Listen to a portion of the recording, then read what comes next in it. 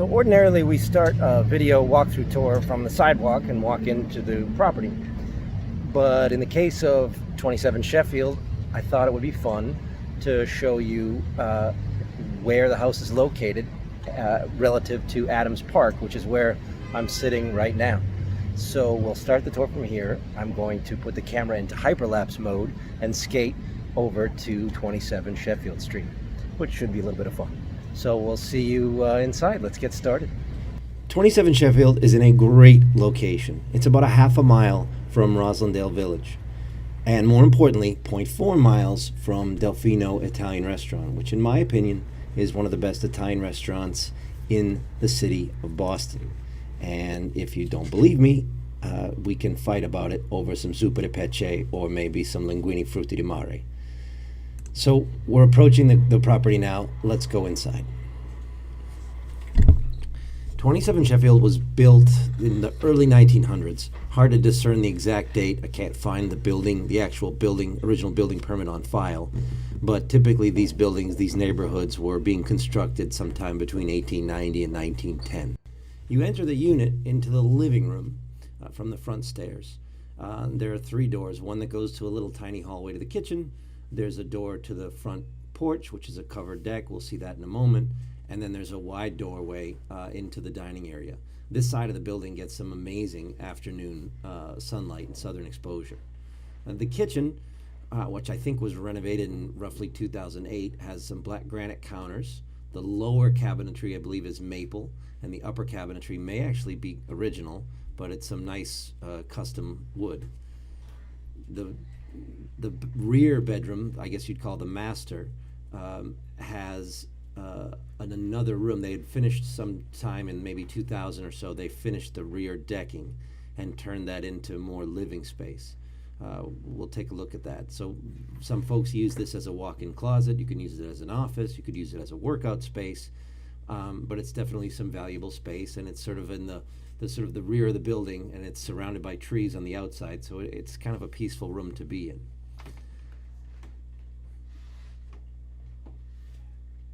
The unit sort of revolves around this small hallway, and here's the bathroom, a fully tiled bath and shower area. This was also, I think, renovated in around 2008. Don't have an exact year on that, but I think that's about right. The little hallway that the unit revolves around, where you can get to the kitchen, both bedrooms, and then the dining room. Here's the rear bedroom, currently being used as a children's bedroom. It's a good-sized room. It also gets some great afternoon sunlight, so it can be a little darker in the morning for those who like to sleep in. As I said, the dining room really gets and the living room really gets some beautiful afternoon light. But let's go out onto the deck and take a look out there. I think when these folks bought it, this deck was one of the major selling points. It's really a lovely place to sit, pretty much 7 to 9 months out of the year. It's certainly one of their favorite places to hang out. It is a lovely neighborhood, as you will see when you come for a visit, but the porch itself has sort of a magical feel in that you can watch life go by below. There's neighbors that are super friendly and everyone's saying hi to each other. Let's go down to the basement and take a look at some of the mechanicals. The hallway to the basement is in the center part of the house, which is a little uncommon compared to, say, your typical triple-decker. There's two entrances to the basement. There's one there that you just saw to get outside of the yard from the hallway, and then there's another smaller door that goes directly to the basement. You can see to the right. Each unit has its own washer-dryer, and this is more or less a common area for everybody. Each unit also has its own storage. Let's go into Unit 2 storage. It begins here. It's a pretty diverse area. There's a closet, there's a work sort of table. There's a lot of space in here, enough for plenty of shelving. This is where the heating system and the hot water heater are also housed. The heating system, we think, is about 8 to 10 years old, and the hot water tank was installed in 2013. There's 60 amps of electrical service, though there's been a fair amount, if you look at the permit history, of electrical work done over the years. So the house is in pretty good shape. The garden area, which is mostly tended to by the first floor owner, is beautiful. the first floor owner would welcome any help, but it is for him a passion, and so he doesn't mind doing a fair amount of that work. Here's the driveway. The parking area is for the unit is to the left, the empty spot there. There's 2 spaces, tandem, so behind. There's enough room in the driveway really for 2 for each of the upper units, and then 2 for unit 1, 2 for unit 2, and 1 for unit 3. The yard, the backyard, which is shared in common, is lovely. Each unit has its own grill area.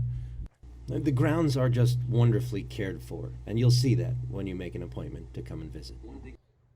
One thing that's worth noting is that the association has planned to re-side the building entirely with Tyvek insulation and composite shingles. That is a work that is slated to be done this summer. We're still waiting on very specific timing on that, but for anyone that could be making a bid on 27 Sheffield, this is something that would probably be completed before you moved in. Well, that's the tour.